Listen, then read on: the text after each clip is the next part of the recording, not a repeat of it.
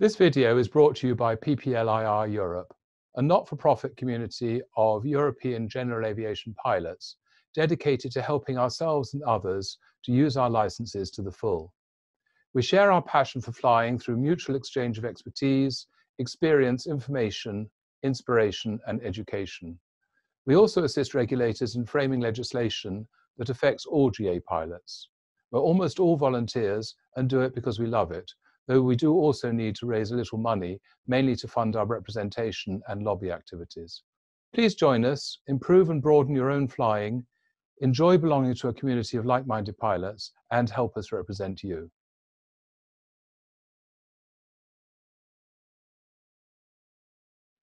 This is the fourth in the series of instrument flying videos I'm making for PPLIR Europe, covering how to fly final approaches. Before you scour YouTube or hunt through for the box set, I admit that I've gone all George Lucas on you and made video number 4 before I make numbers 2 and 3. The idea is that the overall sequence, basic instrument flying, tracking, holding, approaches and PBN, form a sequential course. But while people are in lockdown practicing their skills, it seems to me that they will be more interested in approaches than tracking and holding. I've found that using the techniques in this video, I've managed to teach even quite experienced instrument pilots to fly approaches not only more accurately, more stably and safer, but also with considerably less brain power engaged. Once you've learnt these techniques and practiced them, you should not only be able to fly a perfect approach to minimum and beyond, but be able to order fuel and a taxi while you do so. As in the basic instrument flying video, I'm really only talking about piston aircraft in the range of the Cessna 172 to Navajo, whether they have 6-pack or glass. I do recommend, if you can, practicing these techniques over and over again on the simulator, preferably a simulator with force feedback controls. That way you can practice the basic skills without being limited by air traffic control. You'll be able to fly the final approach repetitively without having to fly patterns or procedures. You can set the weather, particularly the wind and wind shear, to whatever you want to practice. And of course, it's much lower cost or free. So you can do as many as you like until you always get it right. There's lots of advice on using sims to learn and practice IMC and IFR on the PPLIR Europe forum, where you can also contact me directly if you wish. This video is only about the intermediate and final approach segments, rather than flying the procedural initial approach, though I'll talk about the turn onto final approach. This is partly because most approaches these days are radar vectored, though PBN is reintroducing the procedure to some extent. But that is subject of another video. But mainly because flying a procedure is a different set of skills, so I'm lumping it with tracking rather than approaches. People often teach approaches with and without vertical guidance as two separate exercises. I think that this is misguided. If you fly an approach with vertical guidance, that is ILS or LPV, as if you were flying a two-dimensional approach, you will find that staying on the glide path right down to minima and beyond is much easier. I'm going to start by taking you back to a couple of words you probably hoped you'd never hear again once you've been introduced to the magenta line. Dead reckoning. You did it to death in basic training, but let's just remind ourselves of the fundamental concept.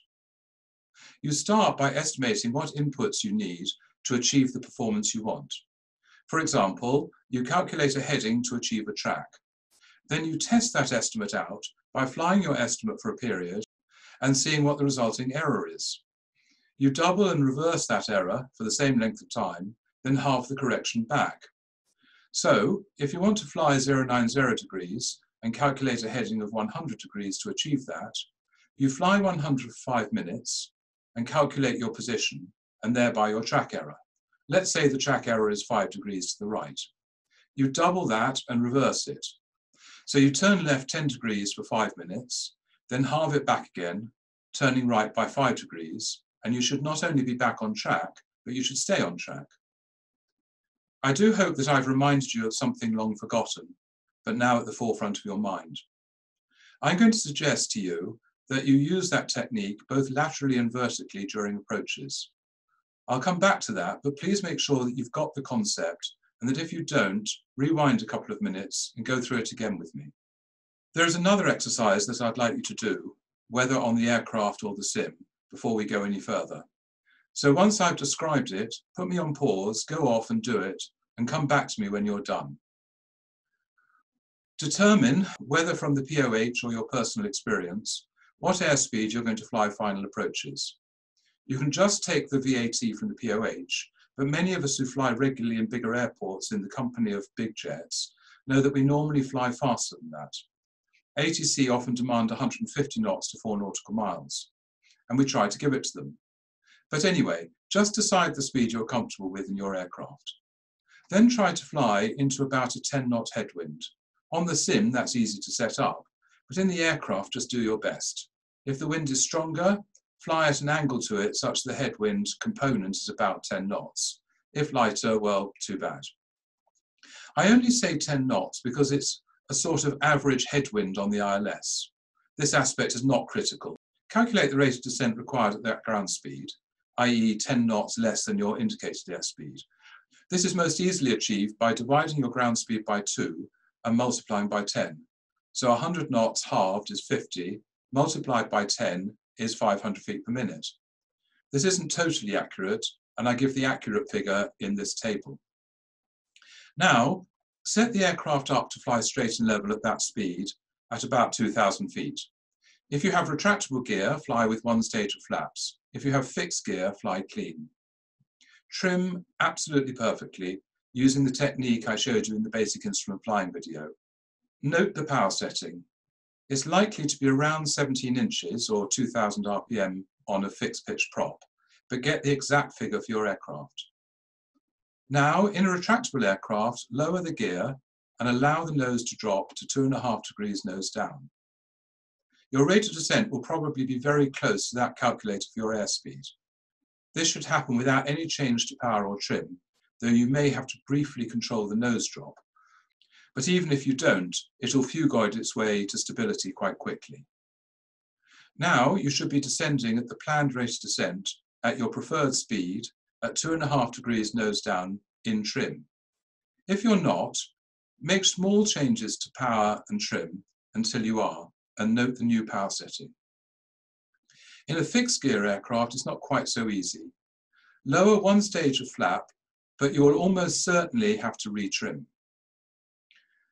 But you should then get somewhere close to the 2.5 degrees nose down and the planned rate of descent at the planned speed. If you don't, adjust the power and note that power. So you now have a power setting configuration, pitch angle, indicated airspeed and rate of descent for a 3-degree slope against a 10-knot headwind. That's your go-to position for your final approach. Obviously, if the wind is stronger, or if you have a tailwind, or if the slope is steeper or ATC make you fly faster, those figures will change. But if you know what a standard approach looks like, it makes it much easier to make those small adjustments. The other point I want to make before we move on is that the calculated rate of descent is not a rule of thumb, it's a Euclidean certainty. A 3-degree slope is exactly 318 feet per nautical mile. That is fixed. If you fly at a ground speed of 60 knots, you cover a nautical mile in 1 minute. That is the definition of a knot. So, at 60 knots ground speed, you need to descend 318 feet in 1 minute. That means that you need a rate of descent of 318 feet per minute, though we tend to round this to 300 feet per minute. At 120 knots, it's 636 feet per minute, and so on. Turn that round the other way. If you're doing a ground speed of exactly 90 knots at the final approach fix to a 3-degree slope, and you maintain that ground speed all the way down, then if you descend at 477 feet per minute, you will, by the laws of trigonometry, end up at the PAPIs. If you round that to 450 feet a minute to keep it simple, you'll end up a few meters past the PAPIs, but well within the touchdown zone. My point is this: you do not need the glide path indicator. Sure, it's reassuring and saves you the effort of checking your altitude every mile, but if you fly an accurate ground speed and an accurate rate of descent, it's exactly the same as going down the glide path. I once had this demonstrated beautifully when I was training a student and we had to divert to a Royal Air Force base in unforecast, pretty awful weather. The glide slope kept failing. They clearly knew this because they kept passing check altitudes, but it was never actually mentioned. The result was that most of the time we had a glide slope flag, but every so often the glide slope popped up. I got him to fly a very accurate speed and rate of descent, and every time the slope popped up, it was bang in the middle. It was marvelous demonstration, and I wish I could bottle it. So, the obvious upshot of all that is that you fly an approach in the same way, whether there's vertical guidance or not. You fly attitude, speed, and rate of descent, and the result is the same, glide path indicator or no glide path indicator. That way, you do not fall into the trap of chasing the glide path indicator with the inevitable consequences of loss of stability and pilot-induced oscillation. I know that there are some exponents of the dive and drive method for an approach without vertical guidance, and there's an advisory paper on the subject on the website. But it's far from my recommendation, and you'll need to find someone else to instruct you on that if that is what you want to do. All approaches have 3 segments before the missed approach point: the initial segment, the intermediate segment, and the final segment. As I said earlier, we're not going to talk about the initial approach in this video. We're just going to talk about the level intermediate approach and the descending final approach. The intermediate approach starts at the intermediate fix, ideally is level and on the same track as the final approach, and ends at the final approach or fix. The final approach is from the final approach point or fix to the missed approach point and continues the same track as the intermediate leg. Unfortunately, some intermediate segments contain a small descent. I wish they didn't, because it interferes with the methodology I'm going to describe in a minute. By the way, does everyone know the difference between final approach point and final approach fix? Of course, they don't make it simple, do they? In ICAO, I don't think there is a difference. Either is the start of the final approach segment. But in the US, and hence in Jeppesen, it's only called the final approach fix if there's an actual fix there, while the final approach point is where the platform altitude intercepts the final approach slope. I wouldn't worry about it too much. Most people refer to it as the final approach fix any which way, because there's usually a DME fix or RNAV waypoint there. There are a small number of approaches, the NDB at Calais springs to mind, where there's no defined final approach fix or final approach point, but they are exceptional and we needn't worry about them in this short video. To save breath and confusion, I'll refer to the final approach fix from now on and just put up with any pedantry that comes my way in the comments. I like to think of the intermediate segment as the rehearsal for the final approach. On this segment, we must achieve 2 things: a bracketed heading and a trimmed stable configuration. If we do this properly, the final approach is more or less a non-event. But we don't have very long to do it in, so we need to be reasonably quick, decisive, and accurate. But we'll never have enough time in the intermediate segment unless we establish on the correct track quickly and precisely. If we spend 30 seconds or a minute faffing around not getting on the localizer or final approach track, then there will not be time to rehearse the final approach, and we can be pretty certain then to have a messy, high workload final approach. So let's spend a minute talking about establishing on that centerline. Firstly, we need to have a reasonable estimate of what the heading on final approach is going to be. And for this, you need to know the wind. Even if you don't have a 2,000-foot wind, at the very least, you're going to know the surface wind from the ATIS. So if that's all you have, add 30 degrees and double it. In the southern hemisphere, subtract 30 degrees. So if the surface wind is 240 at 10, the best guess at the 2,000-foot wind is 30 degrees clockwise to 270 and 10 double to 20, so 270 at 20. But if you know the 2,000-foot wind, so much the better. Take a guess about how that wind is going to affect your heading on final approach. Don't try to be too picky, just make a guess as to which side of the final approach you're going to point and guess at 5, 10 or 15 degrees, depending on the approximate crosswind component. That's good enough for the time being. Also, note whether, as you turn on, you're going to be blown onto the centerline or you'll have to fight a headwind to get on. Obviously, if you're being blown onto it, you want to start the turn early, and if you are into wind, leave it until you're nearly there. This is a judgment that you develop with experience and a very good exercise to do repetitively on the sim in different wind conditions. Do it until you can't get it wrong. If you're flying a teardrop procedure with the wind blowing towards the centre line and there's a choice of outbound tracks, it's a good idea to choose the Cat D track because your base term will have a larger radius and you're less likely to get blown through the centre line. If the wind is blowing you away from the centre line and it looks like you're not going to establish from your current turn, reduce the angle of bank, if necessary to straight flight, when still at a substantial angle. On a procedure, that can be 90 degrees. On radar vectoring, you're probably already on a 45 degrees from the centre line, so hold that until the CDI is close to being centred. If you do end up being blown through and on the downwind side of the centre line, do not increase your bank angle beyond rate 1. Just keep the turn going to re-intercept from the other side. Do this positively and reasonably aggressively so that you can get established with plenty of time. Remember, however you intercept, go to your planned heading, allowing for drift. Do not just point the nose along the centre line. If you have an HSI, a very useful trick for intercepting is the lubber line. If there's not a strong crosswind, this works beautifully. You just keep the tip of the CDI on the tip of the lubber line, and you will inevitably end up established. In crosswinds, you need to lead or lag the lubber line, the amount of lead or lag depending on the crosswind component. But again, if you use the lubber line technique, you must stop the turn or keep the turn going to the planned heading. Do not just turn onto the QDM. Sorry to go on about this, but I see so many students and even quite experienced instrument pilots doing this, thus setting themselves up for many seconds of correction, eating into that valuable rehearsal time on the intermediate segment.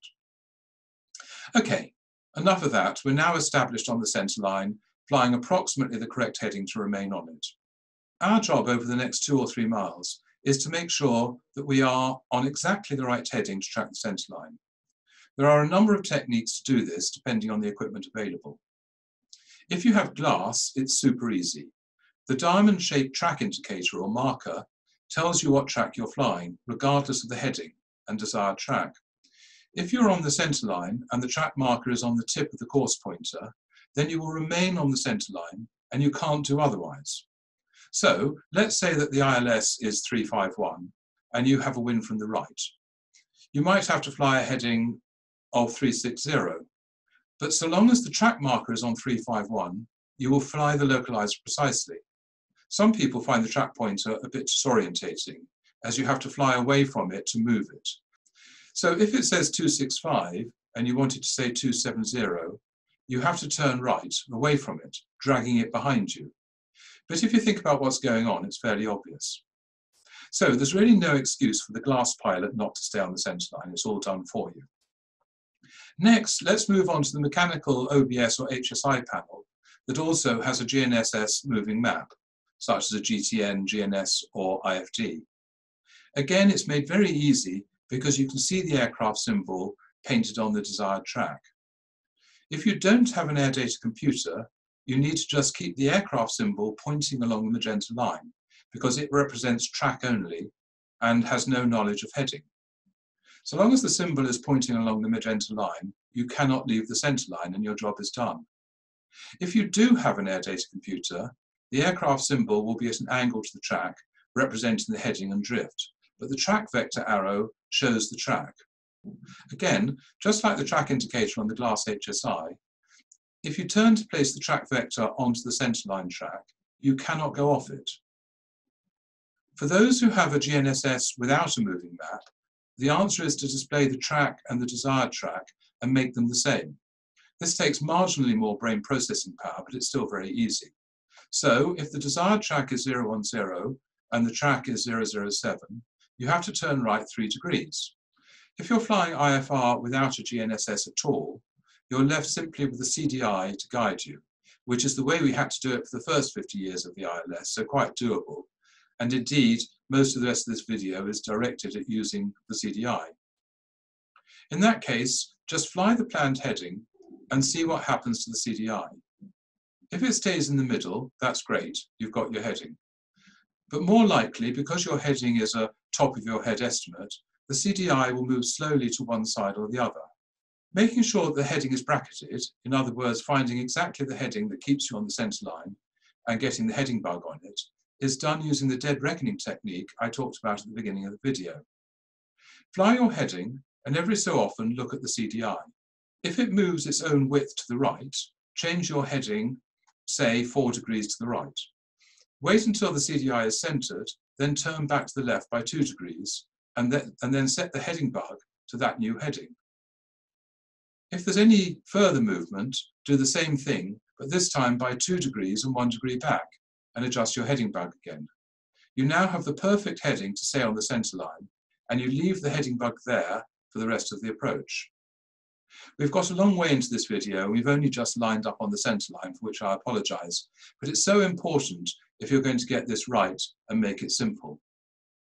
So, we now have about 2 miles or 1 minute to make sure we've done 2 things: get the heading right and get the power and trim right. So, as well as bracketing the heading, you also need to stabilise your configuration. While you're in the initial approach, or even just before, you should set the power to the setting you discovered in the exercise right at the beginning of the video. If you're flying a retractable, you should extend approach flaps, half flaps or 1 stage of flaps, depending on how it's calibrated. In a fixed gear aircraft, stay clean for the moment. Allow the speed to decay while raising the nose until you're stable and perfectly trimmed, flying the approach indicated airspeed. If you can achieve this before the intermediate fix, so much the better, but you should certainly do so a good couple of miles before the final approach fix. If you need to descend in the intermediate segment, as in the example I showed you earlier, you should do it expeditiously so you can get stable as soon as possible. Now read your ground speed from either the GNSS or from the DME. In the absence of either, you just have to estimate it from your estimate of the wind. If the approach is 3 degrees, you can just multiply that ground speed by 10 and divide by 2 to get a rate of descent. Or, for any glide path angle, you can look at the plate and interpolate a rate of descent. I've often seen students fail to brief properly, miss that this slope is steeper than 3 degrees, and get quite caught out. So maybe it's a good idea to always get the rate of descent from the plate. So, following your rehearsal on the intermediate segment, you're now ready for the performance, and, like any well-rehearsed performance, that's the easy bit. As the glide slope indicator reaches about half a dot up, or, on a 2-dimensional approach, you're about 0.3 of a nautical mile to the final approach fix, you lower the gear, or, if you have no gear, the first stage of flap, but keep the attitude fixed so the altitude doesn't change until the final approach fix. Then, exactly at the final approach fix, let the nose lower 2.5 degrees without a trim change, and you'll be flying the final approach. You already know your heading, power, rate of descent, and you're already in trim. What can go wrong? Well, the main thing that goes wrong is that you try to chase the needles. That's the root of nearly all messed up approaches. In my basic instrument flying video, I made the point that there's a hierarchy with the navigation instrument, typically the HSI, at the bottom, the performance instruments, heading and rate of descent, in the middle, and the attitude indicator at the top. As an exercise, both on the sim and on the aircraft, I asked the student to fly from the final approach fix to the missed approach point, flying only attitude, heading and rate of descent, with no vertical or horizontal guidance. The result is normally that they end up in a position to land from 200 feet. I then take it a step further and get them to fly from the final approach fix to the missed approach point, only looking at the attitude indicator and covering everything else up. The student is normally stunned by how it is possible to fly the whole final approach without looking at any instruments, just getting the attitude exactly right. Which brings me on to my main point. If you get the heading and rate of descent right, then the aircraft will stay on the centre line and the slope, and if you get the attitude right, the heading and rate of descent will remain correct. So, I want you to focus on the final approach to reduce your command input as far as possible. Set up the attitude, the heading will remain as you set on the intermediate leg, the pitch will flow from the power setting and trim, and you're all set. So, the flow of information is, my attitude is correct, so I cannot be going far wrong. Let's have a look at my heading and rate of descent, and make a tiny adjustment to attitude if I need to, using the principles of dead reckoning. Now, very occasionally look at the centre line, whether that means localizer, GPS track, or ADF, and the slope, whether that means glide path indicator or check altitudes, and use that information, again, using the principles of dead reckoning, to adjust heading or rate of descent to make sure that you do not get off track laterally or vertically by adjusting attitude. If you do need to adjust your lateral tracking, always stay within the heading bug. Heading bugs are 5 degrees either side, and if you've bracketed the heading on the intermediate segment, then you'll not need to adjust it by more than that. One neat trick is, if you see the centre line move slightly to one side, just to go to that end of the heading bug until it's nearly back in the middle, then return to the middle of the heading bug. If you find yourself consistently going to the left end of the heading bug, then the wind is backing to the left as you descend in the northern hemisphere, and you might want to move the heading bug about 2 degrees left. Although the wind goes to the left, that could mean that drift decreases if it started from the right, or increases if it started from the left. It could even go through the nose, but then the crosswind component is small anyway. Adjusting your vertical tracking, change your pitch by a maximum of 1 degree, then half a degree back, and by a maximum of 200 feet per minute, then back 100. In both cases, any error that starts will start very slowly, but you should correct it before it's significant. For the CDI, that means about the width of the needle, and definitely less than half a dot. For the slope indicator, even less. It should never really leave the central position. In a two-dimensional approach, no more than 30 feet out on a check altitude. If you adopt that methodology all the way down, the last 100 feet will feel no different to the first 100 feet. The whole thing just becomes a simple exercise in making tiny corrections. And notice that I've talked throughout about centre lines and glide paths. It makes no difference whether we're talking about ILS, localizer only, LPV, LNAV, or ND approaches. The methodology is exactly the same, and I would encourage you to practice on a 2D approach first, noticing how this technique gets you through each check altitude perfectly before going on to an ILS or LPV, where you'll find that your newly found confidence on the 2D approach means that there's no temptation to chase that glide path indicator. Now, let's talk about the segment between the decision altitude and the threshold. If you've done everything that I've said so far, you will arrive at the decision point completely stable, pointing in the right direction, at the right speed and rate of descent. You must, especially in poor visibility, maintain that stability until you can see the touchdown zone, PAPIS centerline and edge lighting. In an RVR of 550 meters, all you see at Cat 1 minima is something like this. In 800 meters, it's a little better, but still not great. Obviously, the place to play with this is the sim. We very rarely get the opportunity to practice very low visibility approaches.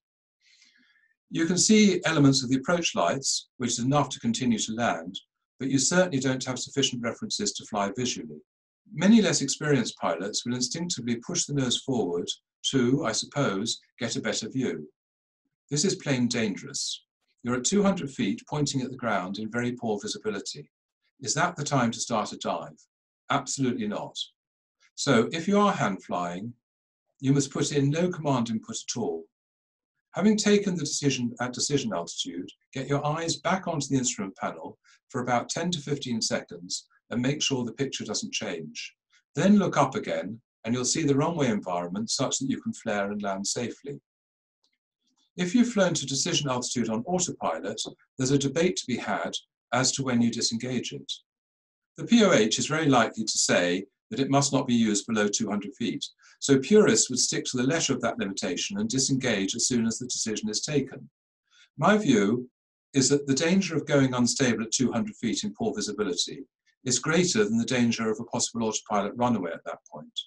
This is not an argument I can win with the purist. He is, of course, absolutely right from a certification point of view. So you have to take your own decision on that one. The only thing I would say is decide well in advance whether you're going to fly the autopilot to 200 feet or 100 feet. Don't be starting that decision-making process at 200 feet. Next, let's talk flaps. You'll remember that you've flown a stable approach from the final approach fix to the decision point with approach flap set. When, if ever, are you going to lower landing flap? My view is that if you first see the runway environment anything lower than about 300 feet, the answer is to land on approach flaps. In addition, you should not lower full flap until a landing is assured and you have a landing clearance. This is particularly true in MEPs, where the flaps must not be deployed above the single engine committal height. There are a number of reasons for this. In any aircraft, lowering full flap is going to disturb stability by definition, and with low cloud bases or visibility, you need stability. In aircraft where there's any risk of asymmetric deployment, which means any aircraft which does not have a torque tube connecting the flaps, then you must assume that any time you deploy flaps, they could be asymmetric. You don't want that happening at 200 feet with no external reference. And in a twin, once you deploy flaps, you're committed to land in the event of an engine failure, which could happen at any time, including in the go-around. So that means you mustn't deploy them until a landing is assured, which means being able to see the runway, being cleared to land, and being set up and stable for the landing. There's no real hazard in landing a light aircraft with approach flaps, as there are really no runways with 200-foot decision heights, which are short enough to be of concern. Finally, we need to talk about the go-around. I just have one thing to say about that, which is that you must remember to pitch up. I've seen too many pilots going full power, gear up, flaps up, while accelerating fast towards the ground. Go straight to 8 degrees nose up before anything else. That's what's going to get you away from the ground. I do hope that was useful and has given you things to think about in practice. Have fun practicing and see you in the next video.